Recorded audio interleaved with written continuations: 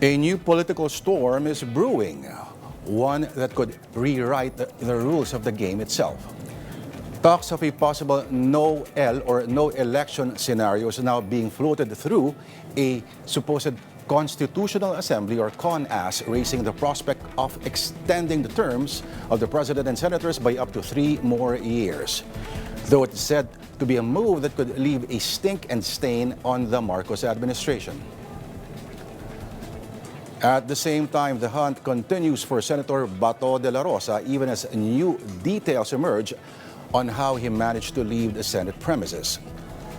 Senator Robin Padilla, a close friend and ally, revealed that de la Rosa asked for a ride and was later dropped off somewhere in Makati, adding another layer to an increasingly thickening plot with Senate already under intense public scrutiny.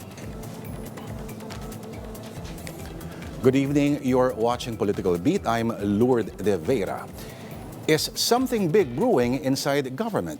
From questions surrounding the NBI's presence in the Senate to claims of a possible no-election scenario involving key political figures. We'll be talking about all of this with political analyst and Manila Standard columnist Lito Banayo. Good evening, sir. Thank you for joining us, sir. Good evening, Lord, at magandang gabi sa iyong tagapakinig. Magandang gabi po, sir. Okay, sir. Sa isang interview po sa isang TV program, sinabi po ninyo na may nakuha po kayong balita na may bagong sentro ng political power dito sa isang casino po at doon ay may nag-meeting involving big political names. Kasama raw po dyan at may mga umamin na po, no? Ang dating Senate President, Tito Soto, Sandro Marcos, ang House Speaker, at sinasabi po na ang pinag-uusapan daw ang possible no-election scenario. Sir, can you tell us about the meeting, sir, sa reports po na nakuha ninyo? Nung isang linggo, Huwebes nung isang linggo, bago ko sinulat yung column na yan, nasabihan ako na nagkaroon ng meeting sa VIP lounge ng Soler, no? Na nando doon si Speaker Bogie P, kasama yung Deputy Speaker niya na si Ferdinand Hernandez, at si Senate noong panahon na yon ay Senate President Tito Soto, kasama naman si dating Senate Secretary na si Mark Mendoza, no? Si Dong. At ang napag-usapan daw ay ang pag-aamyenda ng konstitusyon sa pamamagitan ng Constituent Assembly, no? At doon yung mga natalakay, yung napakinggan ng aking source, ang mga natalakay ay una, ang Senado once the Constitution is amended, ang Senado ay gagawing ang eleksyon by region. No? Hindi na yung ngayon na nationwide ang paghalal natin ng ating mga senador. So by region, which means 18 ang ating administrative region, kung tig-2, pinag-uusapan daw kung 2 o 3 per region. So kung 2 per region, magkakaroon ng 36 na senators. At kung 3 per region, magkakaroon ng 54 senators. Ngayon, para magawa yun, kasi magta-transition yan, di ba? Kung magkakaroon pa ng constitutional change, yes, magkakaroon ng transition. In which case, para ma-synchronize, yung mga senador na re-electionist sa 2028, bibigyan ng 3 taong term extension. No? At gayon din ang mga congressmen. Kasi syempre kung i-extend mo yung senador, hindi mapapayag yung congressmen na hindi sila i-extend. So yun ang napag-usapan, no? Na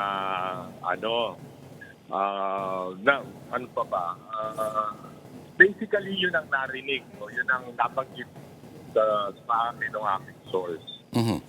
Sir, si Tito Soto, sabi niya, ang reaksyon niya ay, yes, he was there. The idea was brought up by the speaker daw At yun ang mahirap, ito exact word sabi niya sa isang, ang response ay, yun ang mahirap sa lipat kwento, hindi kompleto.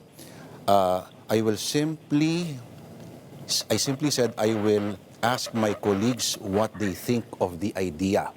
So yun ang sinasabi po ni then Senate President Tito Soto. And si Ping Lacson naman, sir, Senator Ping sabi niya, said it's a lie.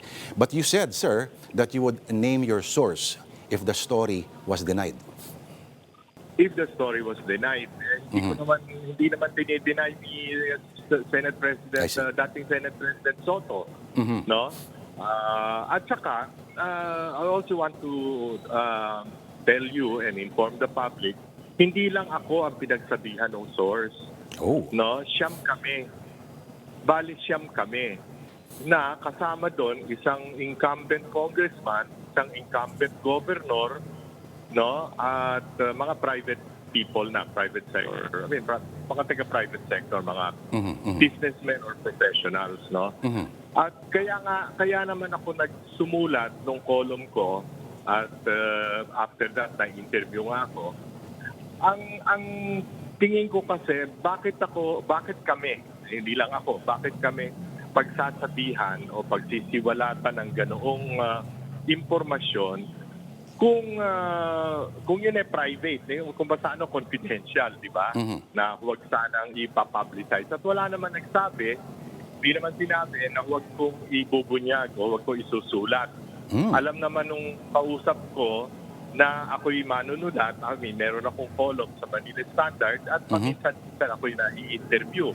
No?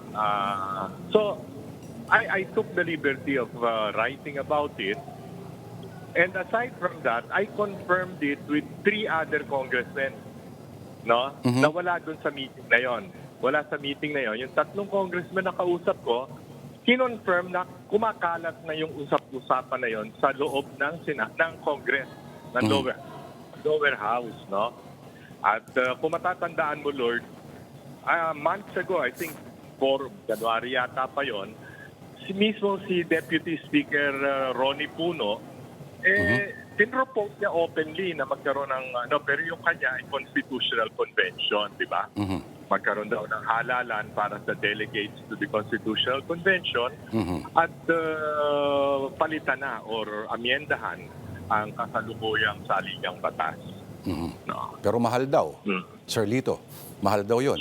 Well, yun na nga, I'm not making a judgment call on constitutional, on changing or revising the Constitution.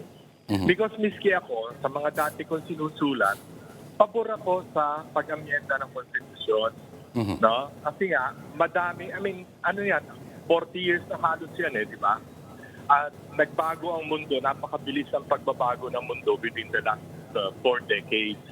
At saka nakita natin na hindi nagwo-work yung multi-party system, no, in a presidential form of government.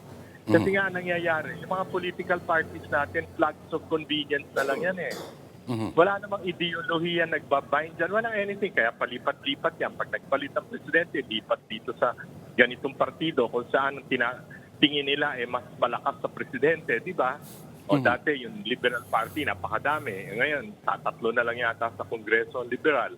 Tapos yun panahon ni Pinoy. Tapos ang panahon ni PRRD, ni Duterte, lahat naglipatan sa PDP laban. Na before that, tricycle party lang yon. Dumami na dumami. Pagkatapos, ngayon naglilipatan sa kung ano-ano ng mga partido na sa kanilang pananaw ay malakas sa kasalukuyang presidente. No? So yun yung masyadong dysfunction na lang ating political system.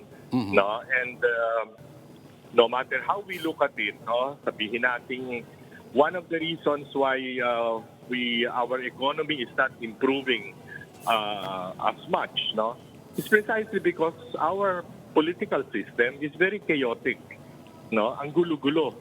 Kaya nga yan, ang dami-daming nangyayari, no. In short, Sir Lito, you are for the scenario if ever it pushes through. No. I'm not for a con-act. Definitely not, because I don't trust our congressmen or our senators to do meaningful change. If Sir there's Lito, going to be a Dapat So, convention. why do you think yung source mo who sat in that meeting shared with you or confided the information to? Bakit kaya?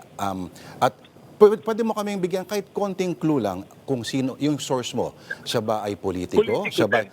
politiko, okay. Politiko Siya ba ay siya. isa sa mga At nattering nabobs of pag, elite society, as you wrote? hindi naman, Hindi naman. I see. In fact, he's highly credible, no? Even from media circles. Ang ano lang, pagkatapos nga nung na lunch na yon, nag-usap kami nung ilan sa mga nando doon. At ang aming reading kaya niya isiniwalat sa amin kasi siya mismo hindi pabor doon sa gagawin yon, no, doon sa plano na yon. No? Kaya niya siniwalat sa amin. Siyempre alam naman niya nagsusulat ako. At hindi naman niya sinabing off the record ito, no? So we felt na kaya yung congressman na isa doon nagtatanong na rin siya doon sa loob ng kongreso kung totoo, gano'n. Nalaman niya na talagang may ganung plano. I see. Yun. So, yung politiko, sir, medyo malawak pang scope noon, ano? Pero paano bang ano bang mga questions pwede natin para may idea tayo kahit paano kung saang level siya ng government. Siya ba ay ganito na lang, sir. Siya ba ay ang opisina ba niya ay sa Pasay o sa Quezon City? Yan. Sorry. Siguro sa ibang interview pagka nalaman ko na yung mga reactions saka ako I see. sasabihin kung sino. I-identify ko. Oo. Okay. Sir, based doon sa nakuha ninyong ulat, plano raw na i-enforce ito immediately after the SONA? Hindi. Kaya ako nagsabi nung malamang sa after Okay. na kasi nga, hindi naman malapit na mag-adjourn ng Kongreso, di ba? I think first week of June yata, adjourn na sila. I mean, recess. Magre-recess na sila. Pagkatapos, after that, ang susunod na nasa agenda ay yun nga ang impeachment trial sa Senado, di ba?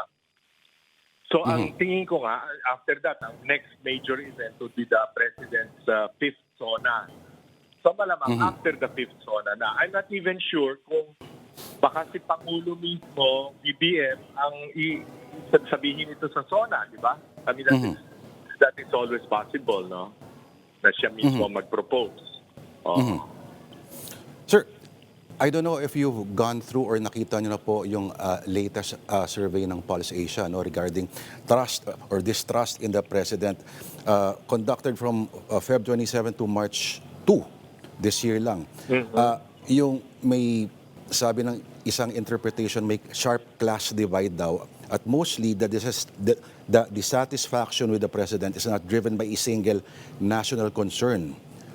Sa income groups, iba-iba daw. At sa Class E, unmet expectations and perceived neglect in governance.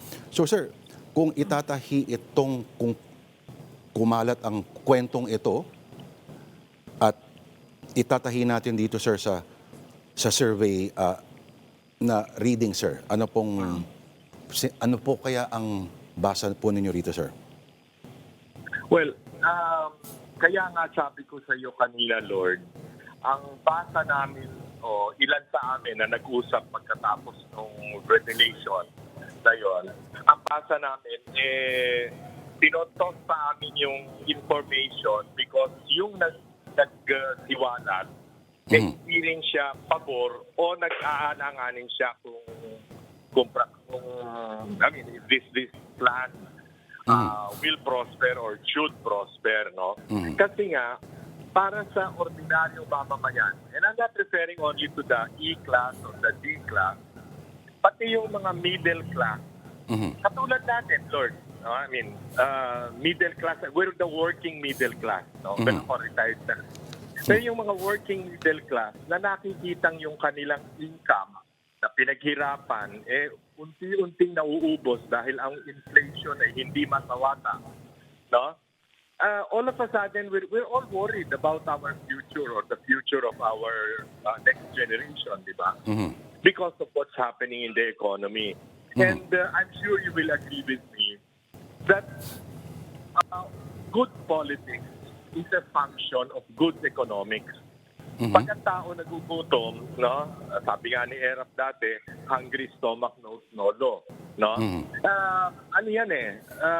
At para sa ordinaryong mamamayan, that is what matters. Not yung mga away-away sa politika, not yung mga impeachment na yan, o kung ano. What matters is yung araw-araw na buhay nila, nakapos at kapos ang kanilang kinikita para sa itusto sa pangangailangan nila. No? So that when you inject something like this, term extension, magagalit ang taong bayan. Kasi, init na yung marami na palitan yung mga dati nilang hinalal, no? Kasi nga, tingin nila, failure, hindi natutugunan ang kanilang mga pangangailangan. Okay. Sir, yung nangyari po sa Senado itong past week, sa tingin po ninyo, ano po maging epekto nito kay VP Sara, sir? Well, mabuti at kinonvene nila kagad yung impeachment trial, no? I mean, yung court, no? Trial court, no?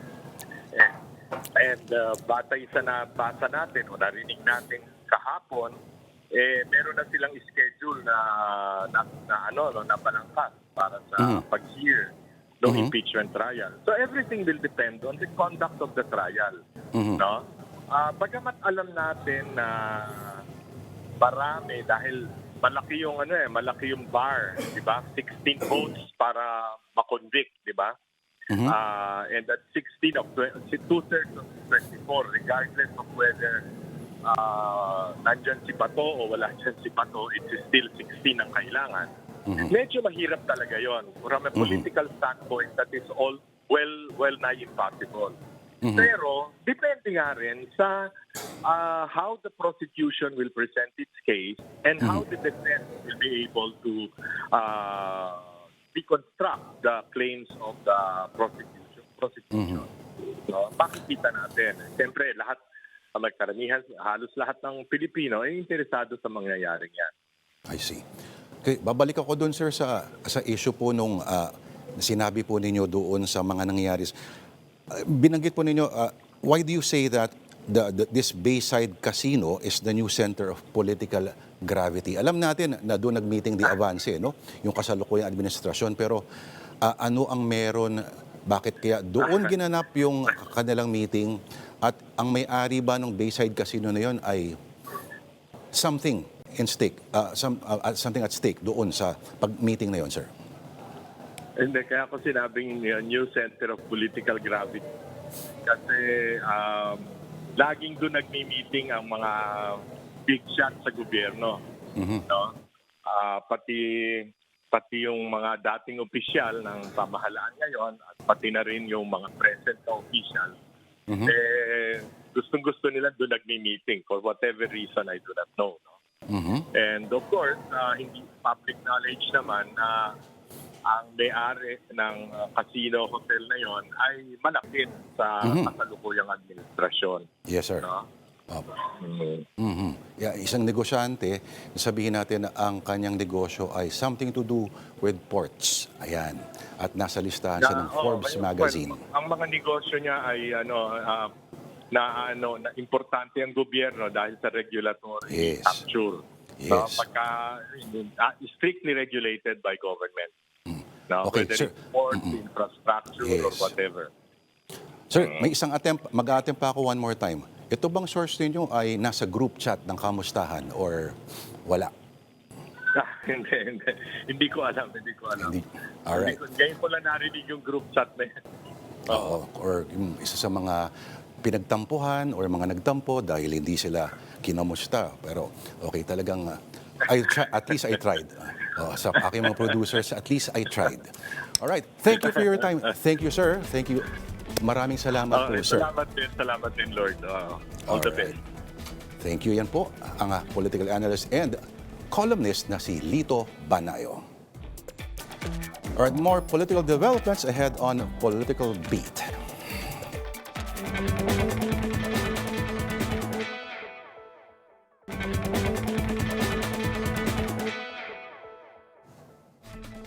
With the impeachment trial of the Vice President expected to begin on July 6, attention is now turning to the preparations of the prosecution panel ahead of the high-stakes proceedings. And for that, we'll be talking to one of the members of the prosecution panel, Bicol Saro Party List Representative Terry Ridon. Sir Terry, thank you for joining us, sir. Magandang gabi. Maraming salamat. Ay, quick ano lang, narinig mo kanina yung usapan ng CONAS. Ito ba ay lumutang na sa inyo, sa Kongreso? Hindi ko pa yung narinig. Kasi I think yung pong focus ng Kongreso ngayon, yung pong siyempre kakatapos lang po na impeachment vote, no? 257 members. At yung pong pagsagot doon sa economic concerns Yes. ng ating pong mga kabayan as a result of the Middle East war. Okay. So, tell me about the preparations, Kong Terry, no? Paano kayo nagpe-prepare para bang with si Jervil Luistro as head? Ito ba'y as a group ang nagpo-pour through documents ba kayo? Paano? Pinaghati-hatian na namin yung mga Yes. impeachment articles, no? So meron na pong 4 teams Yeah. led by several House members, Yeah. no? So I lead together with Congressman Chel Jokno, yung pong unexplained wealth, no? So Let me ask, bakit yun ang napili mo? O ikaw ba na pumili nun or paano yung proseso ng pag-divide among yourselves sa topics? well, wala naman. So I think naman that has been a core issue, and syempre kasama ko kami ni Congressman Jokno dun sa nagpresente noong pong mga witnesses during the House Committee proceedings. So I think mas yun lang yung dahilan. But anyone else can actually lead the teams naman po. So no problem with that. Tuloy pa ba yung plano ninyo to open? At bakit naisip nyo possibly to open sa presentation ninyo kung sa July 6 ang to open with Article 4? What's behind the strategy possibly? Well, again, I have to walk back what I stated the last few days, no? It's not yet final, pero yan yung isa sa mga proposals to open with threats and then unexplained wealth, then confidential funds and bribery. Pero some other prosecutors are also proposing na pwedeng unexplained or pwedeng confidential funds, yung pong mauna. But I think the idea behind yung pong unahin yung threats, kasi yung po yung pinakasimple to prove. Kasi it's just a video documentation of what the Vice President said against the President. That basically she was threatening the President. Di ba? Pinakamadali i-prove, I see. Okay, Article 2, strangely, the former Chief Justice Corona 14 years ago he was indicted sa Article 2, no? Yung sa salin, pero sinubukan ismagel yung hidden wealth na mga akusasyon doon at naging mahabang usapin. Pero saan naggagaling yung iyong prognosis na tatagal ito ng 2 months? Well, siyempre marami din ho talaga mga dokumento at ebidensya. No? So, meron lang ho tayo mga 3 trial dates per week. So, siyempre kami lang ho yun, hindi pa ho kasama yung depensa ron. So, they will still have to present their evidence. So, more or less, tingin ko, pero mahaba na yung 2 buwan na palugit po para tapusin po itong trial po nito. Are you confident that, kasi may ibang nagsasabi na, considering yung reputation daw ng current Senate leadership na maraming tricks up his sleeve, possibly, na walang surpresang lalabas to derail? Or are you expecting surprises to... No, not really. From the Senate Impeachment Court, they have been very forthright naman po, particularly in the determination of the schedules, no? And also, they delivered on the commitment to convene the impeachment trial a few days ago. No? So, malaking bagay po sa amin lahat yun. No? So, talagang naghahanda na po kami. And I'm quite certain, going to pre-trial and going into trial, wala po kami inaasahang mga sorpresa. Hindi kinatuloy pumunta ng Senado yung team, ano? Hindi na. We were just monitoring near the Senate. Kasi syempre, we wanted to be ready if they were actually looking for us during the convening. Interesting sana yun kung nung Wednesday mismo. Nung nakita articles of impeachment na physically kasama nyo rin, marami ring sigurong marami mga ka-witness at kasama kayo doon sa nakaramdam, naka-experience ng insidente.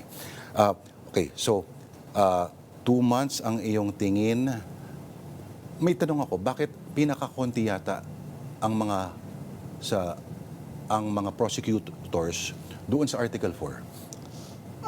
Well, kasi nga, again, yung po nga dami Pinakamadali. ng mga prosecutors, nakabatay din dun nga sa dami ng mga isasalang na witnesses, nakabatay dun sa dami ng isasalang po ng mga dokumento. So, yung po unexplained wealth sa confidential funds, yun po talaga yung very document heavy, very witness heavy. No? So, yun po yung kailangan paghatian ng po mga prosecutors po natin. Okay. Alam ko na, pe-press ko na rin to, no? Lumabas na ang pangalang Lorna Kapunan as one of the private prosecutors. Baka naman, sir, pwede ka mag-share ng mga karagdagang pang pangalan. Well, ipipinal po yung announcement nung pong private prosecutors, initial list of private prosecutors, hopefully by next week. No? Pero I will admit na kasama ko talaga si Attorney Lorna doon sa mga napipisil na mga tutulong po bilang private prosecutors. Pwede mo kaming bigyan ng clue kung sino itong mga kinakausap ninyo or pinaplanong kunin? May dating kongresista ba dyan? Wala. At the moment, wala. Pero pwede ko sabihin na merong babae, merong lalaki. Abogado. Malapit na. Malapit na. Okay, that narrows the names down to... Okay, may isang babae, may lalaki, at sila ay pumasa ng bar. Yes. Okay. So you have 80,000. Alam ko na kung sino yan. Okay, taga Quezon City ba yan? Or, okay, so, yung... Ano ang...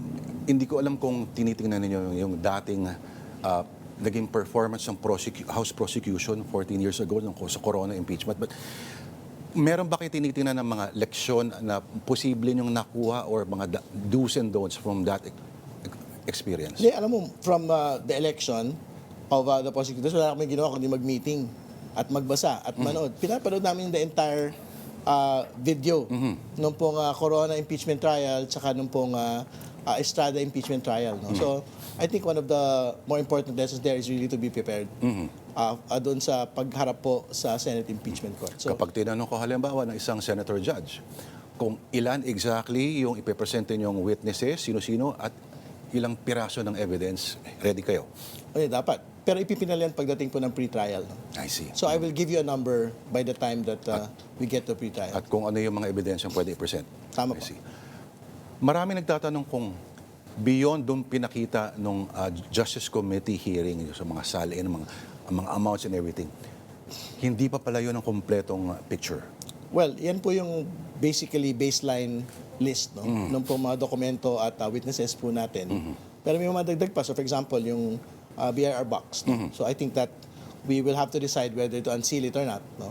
And syempre secondly, yung pong bank accounts nung mag-asawang Duterte Carpio, dahil syempre we can only open it at the level of the Senate impeachment court. So for everything else, we will see po in pre-trial kung ano po yung dagdag. Yung mahiwagang BIR box ba, maraming sabi na, hindi kaya yun ang posibleng maging second envelope yung katumbas. Well, syempre it also depends on what it contains. No? Pero what we really want to see there po kasi is yung pong income ng mag-asawang Duterte Carpio over the course of several years. No? From, I think, 2008 or 2009. Yung pong meron po silang mga kopya. Kumbaga, marami pa bang mas kagulagulantang ng mga numero makikita pa ang mga tao? Well, we are in sub judice, so ang sagot ko doon ay abangan. Para kang abogado, sir. Okay. Para sa'yo, ano yung mga, sabihin natin, preparation of course, pero magiging problema ba yung isang Senado na sabihin natin na ilan lamang ang abogado Hindi naman. doon Alam sa mo, flow ng proseso, halimbawa? hindi naman. I think when the framers created the Senate and the House, wala naman nagsabi na kailangan abogado. So obviously, whether if we're in an impeachment court, hindi ho required na mga abogado po lahat ang nandun. So, yung pong mga ordinaryong mga senador po naman na hindi abogado, they bring something to the table. Yung mga very practical questions na hindi ho talaga natatali sa teknikalidad. So, tingin ko yun po yung bit-bit po nila. So parang ang strategy is, explain it to me like I'm Lito Lapid. No, explain it to how the public will actually understand yung pong mga bagay-bagay na without stripped of technicalities. Posibleng gawin yon, yung maihatid ng malinaw ang isang Paano nga ba yun? Pag may technical at legal na mga konsepto talaga, kayang ipasimplify pa I think talaga. for the most part, yung paggamit lang po ng Pilipino, malaking bagay na po yun. Kasi, siyempre, di lang naman po yung Senate Impeachment Court yung kausap Yes. sa paglalantad po ng mga ebidensya, kundi yung publiko rin Yes, mismo. yes. So, it serves no one, whether prosecution or evidence, kung puro English lang po yung gamit sa paglalatag po ng ebidensya. Pag-usapan natin yung bloodbath. Okay, ibang definisyon ng Vice President at yung bloodbath din na anong shape or form, ay sana hindi naman literal siguro na mangyayari ito, no?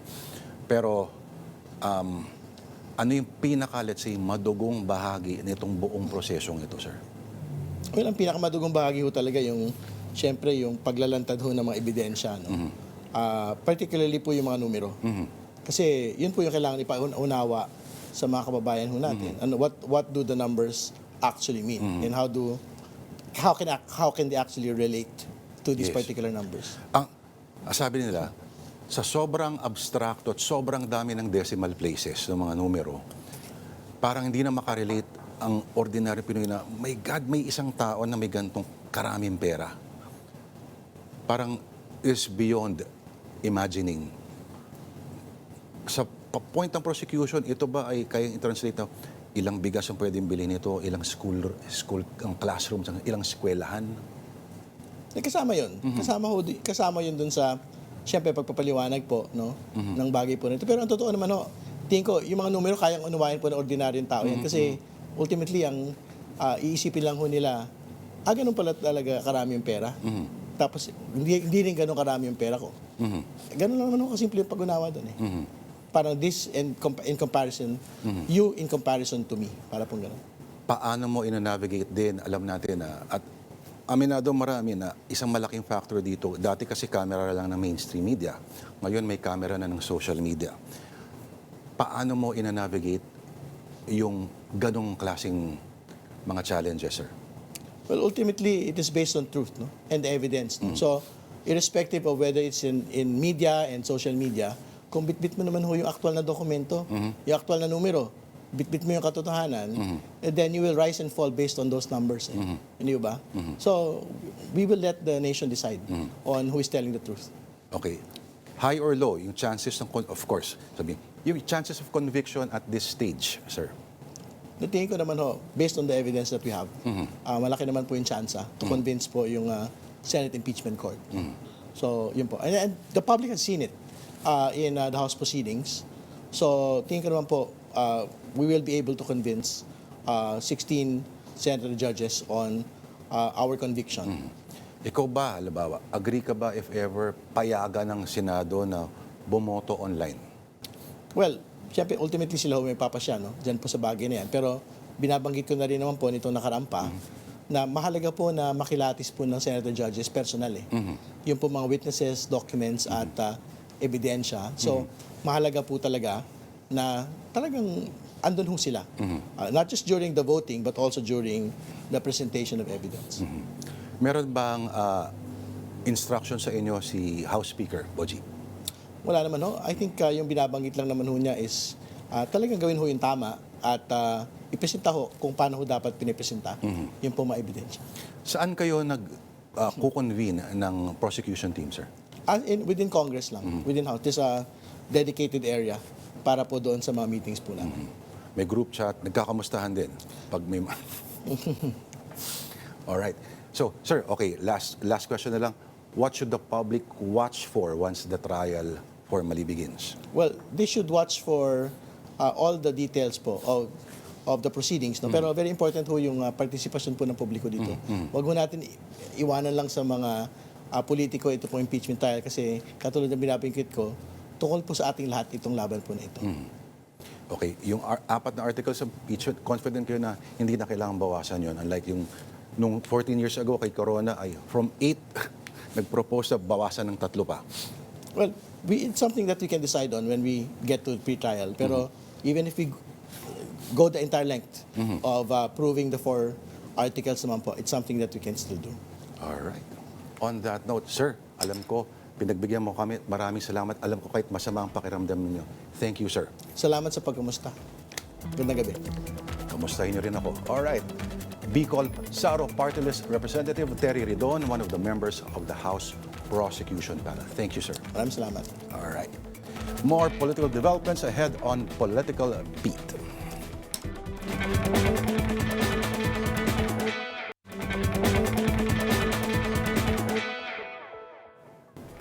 And we're back. This is still Political Beat.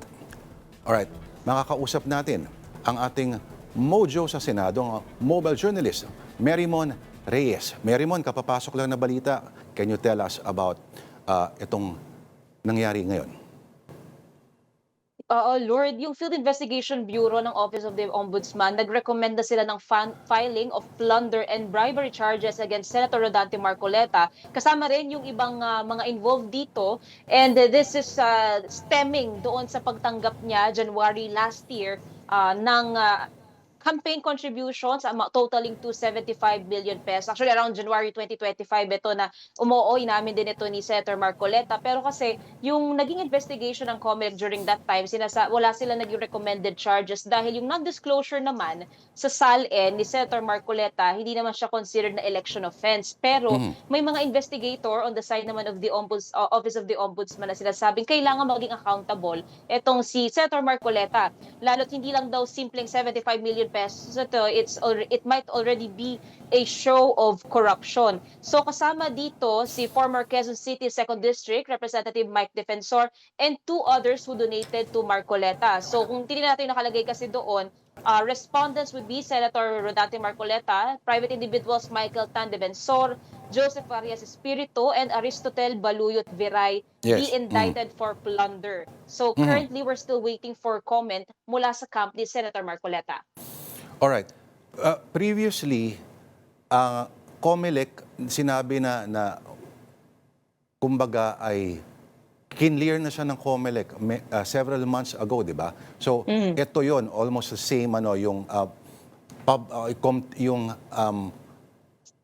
hindi ni-report na mga contributions sa kampanya. 75 million. Yes, 75 million pesos na nakuha ni Senator Marcoleta on 3 different occasions. So merong nakuha siya na 30 million pesos from Mike Defensor, galing kay Espiritu, tsaka kay Viray, 25 million pesos and 20 million pesos respectively on 3 separate dates, January 6, 8, and 9, 2026. So yun nga, last time kasi sa COMELEC naman, walang naging recommended charges kasi nga yung non-disclosure sa SALN, supposedly kasi ang sinasabi naman dito, voluntary kung kailangan mo, kung i-declare mo lahat ng mga nakuha mo, especially kung nag-run ka for office, para nga, it's for public disclosure din naman, pero hindi nga siya election offense. So that happened during the time on the side of the COMELEC. But then again, on the side naman of the Office of the Ombudsman, may investigators pa rin na nakita na kailangan maging accountable daw itong si Senator Marcoleta, among others. Okay, kasi ang defense noon ay private individual pa siya noon nung nakuha niya yung pera, hindi pa siya lawmaker. Okay, parang gano'n ang kanyang defense, di ba? Alright, so ulitin natin, Merrimon, ang Office of the Ombudsman is charging plunder, indirect bribery for 75 million pesos in campaign donations ang Senador Marcoleta, including following individuals, tama? Yes, including Mike Defensor Michael and yung Tan dalawa Defensor. pa, Ito sila ba yung- Espiritu at saka si and Viray. Sorry, Merrimon? So aside from Mike Defensor, kasama din Joseph si Joseph Espiritu and Varias Aristotel Espiritu and Aristotel Baluyot Baluyot Viray. Okay. So they can also be indicted din sa case na ito. Alright. So, nag-aantay pa tayo ng reaksyon. I'm sure ang maririnig natin dito ay, napupolitika or this is the government using its resources, as it were, para maharas ang opposition. Okay. Pero sige, habang inaantay natin ang mga reaksyon na kailangan mag-react, punta tayo dito. So, nagsalita na si Senator Robin Hood Padilla sa kanyang pagsabi na, or yung tinulungan niya supposedly si Senator De La Rosa na makalabas. Umami na siya no, na sumakay sa kanyang sasakyan at binaba sa Makati. But beyond that, ano pang nangyari? Nagpunta ba sila ng Burger King? Lord, wala nang pagtatanggi si Senator Robin Padilla na sila nga yung magkasama ni Senator Bato de la Rosa around 2:30 a.m. Thursday last week. Kasi natong huli, ang nasasabi lang sa atin ni Senator Robin, oo, kanya raw yung puting sasakyan na nakuhanan natin ng video footages, pero hindi niya pa binabanggit kung sino talaga, kung doon nakasakay itong si Senator Bato. Pero paglilinaw ni Senator Robin, maayos daw silang lumabas ng Senado sa kabilangan ng presensya ng NBI agents, yung mga pulis, yung mga marine, yung mga OSAA personnel sa loob ng Senado. And nung simula kasi nagstay si Senator Bato de la Rosa, nung nagpakita siya last week at inilagay siya sa Senate Protective Custody, sinamahan kasi ni Senator Robin itong si Senator Bato na matulog sa Senado. Kaya nung Thursday daw, nasabi ni Senator Padilla na uuwi na raw siya sa kanyang pamilya. At doon sinabi ni Senator de la Rosa, sasabay daw siya. So, sinabay, lalo't walang sasakyan na ginamit si Senator Bato papunta ng Senado, kundi yung sasakyan ni Senate President Alan Peter Cayetano. So binaba niya raw itong si Senator De La Rosa around Makati area, kung saan doon na sumakay sa sariling sasakyan na si Senator Bato. Pero hindi na raw tinanong ni Senator Padilla kung saan pupunta itong si Senator De La Rosa.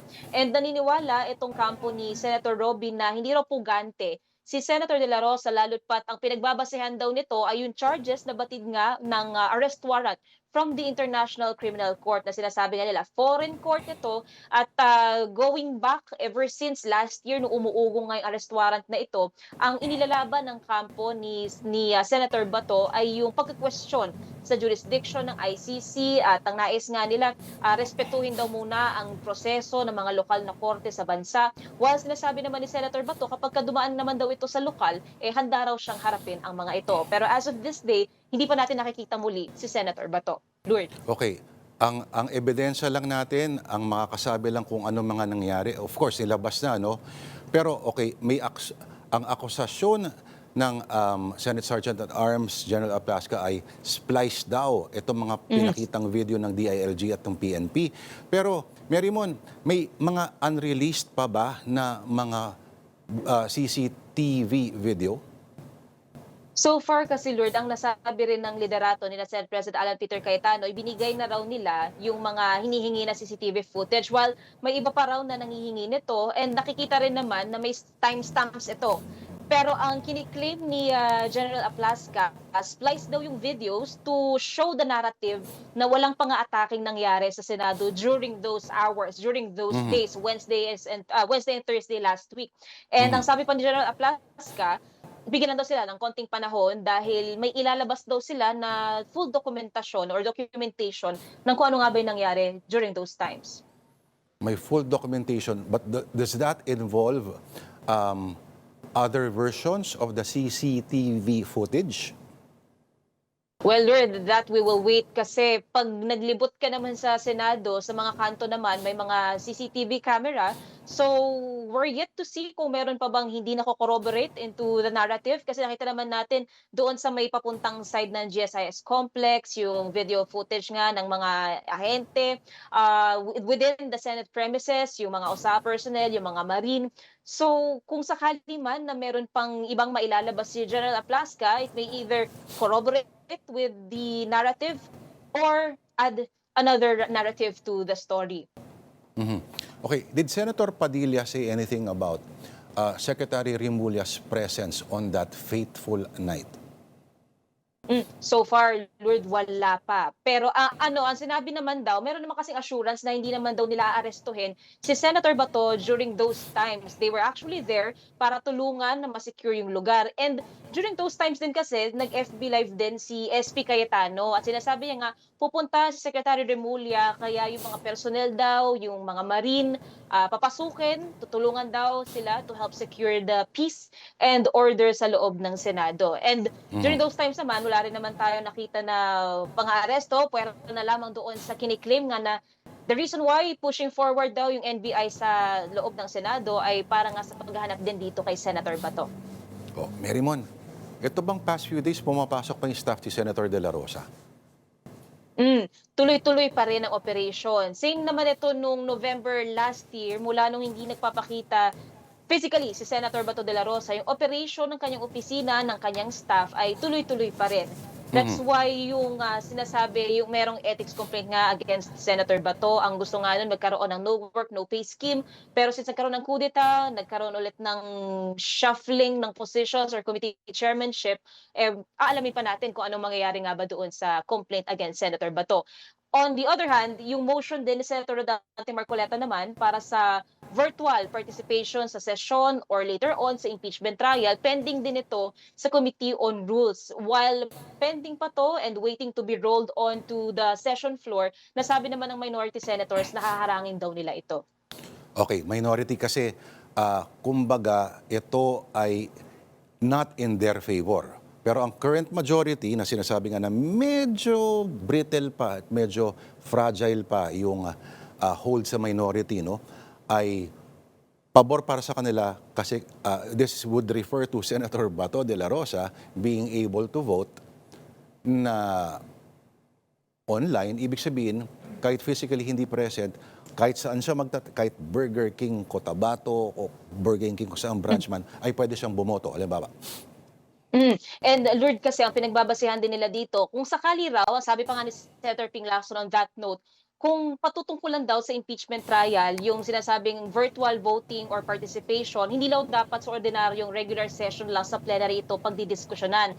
Dapat daw sa impeachment court na may sariling rules Yes. and guidelines. Sa Senate rules kasi currently nakalagay lang na pwedeng mag-convene ng Senado ng virtually or online through teleconferencing or other platforms due to force majeure o kaya naman national emergencies, calamities, nahahadlang sa pagpunta o pagdalo ng mga senador. So for example, yung kasagsagan ng COVID-19 pandemic, may community quarantines, may lockdowns. So nabibigyan ng permit itong mga senador to do it virtually. Pero on this case, ang sabi ni Senator Ping, parang wala pang other justifiable reasons to allow yung virtual participation.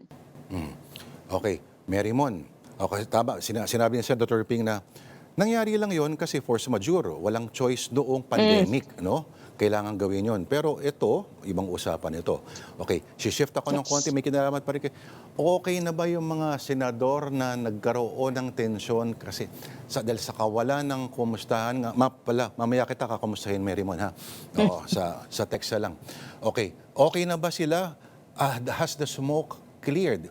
Kasi sa Monday, ang pagkakaalam ko, itutuloy pa rin yung, kumbaga, ang pagtatanong ni Senator Marcoleta doon sa mga manifestations ni Senator Tulfo and Ontiveros. Lord, ang nasabi dyan ni Senator Risa Ontiveros, nung after ng session, may photo opportunity with the athletes na nire-recognize na kinilala sa floor. Magkatabi naman sila ni Senator Pia Cayetano na naging emotional sa session dahil nga ni-recall niya yung nangyari during those times na nandoon siya sa loob ng Senate building. Though hindi naman daw nagkausap, pero okay naman. Same din doon sa naging all-member caucus na itawid naman daw ng maayos. But then again, things may be different a few days from now, come na Monday, kapag ka nagtuloy na yung interpellation. Ang nasabi rin kasi tungkol dyan ni Senator Erwin Tulfo, around 8 senators ang pipila para tumayo sa floor, either to interpellate, to raise questions, to seek clarifications tungkol doon sa deeper investigation na nais gawin ng minority sa nangyari nga putukan last week.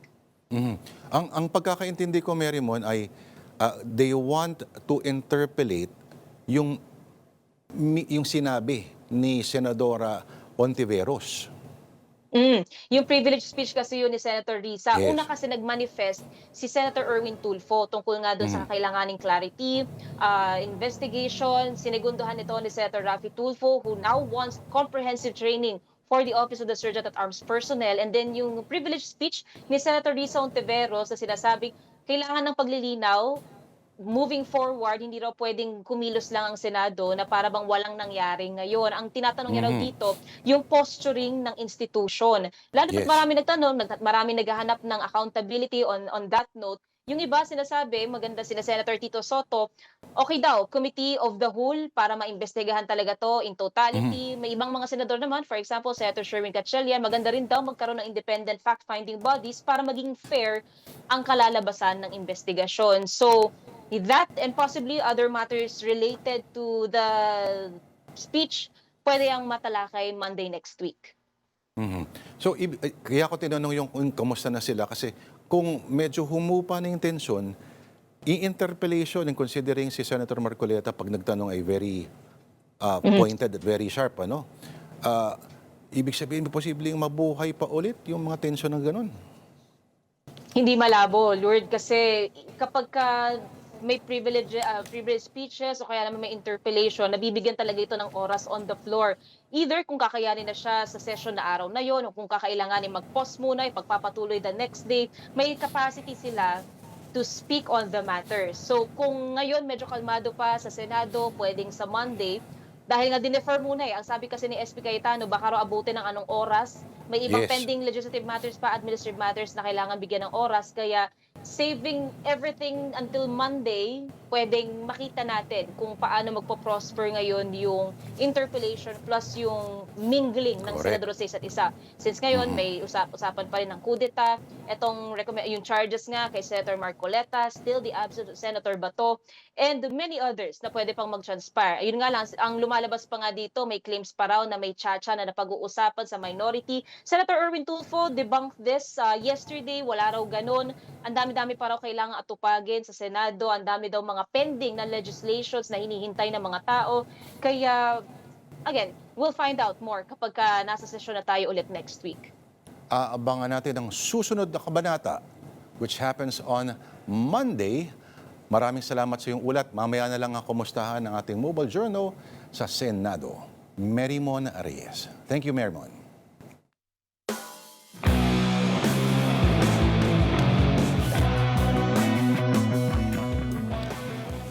What if I tell you about an organization whose members are charged with these crimes?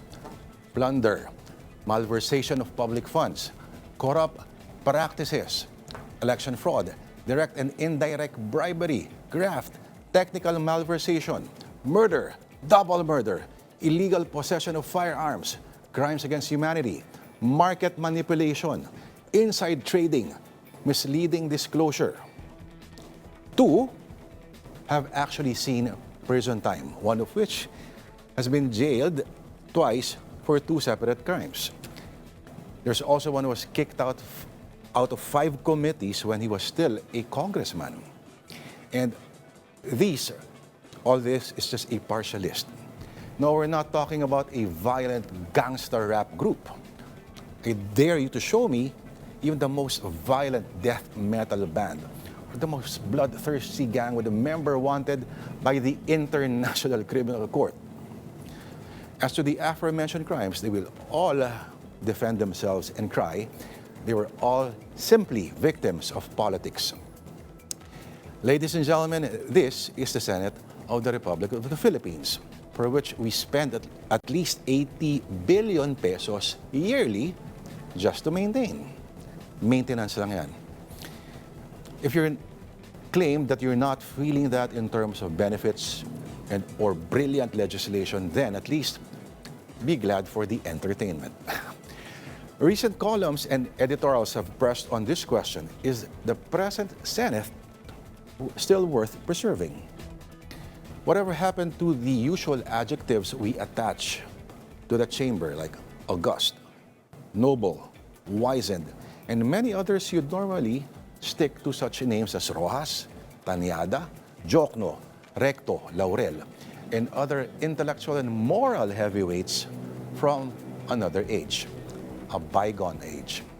They were bar top-notchers, brilliant litigators, writers, orators, decorated military officers. It's just about people who are the best in their chosen fields.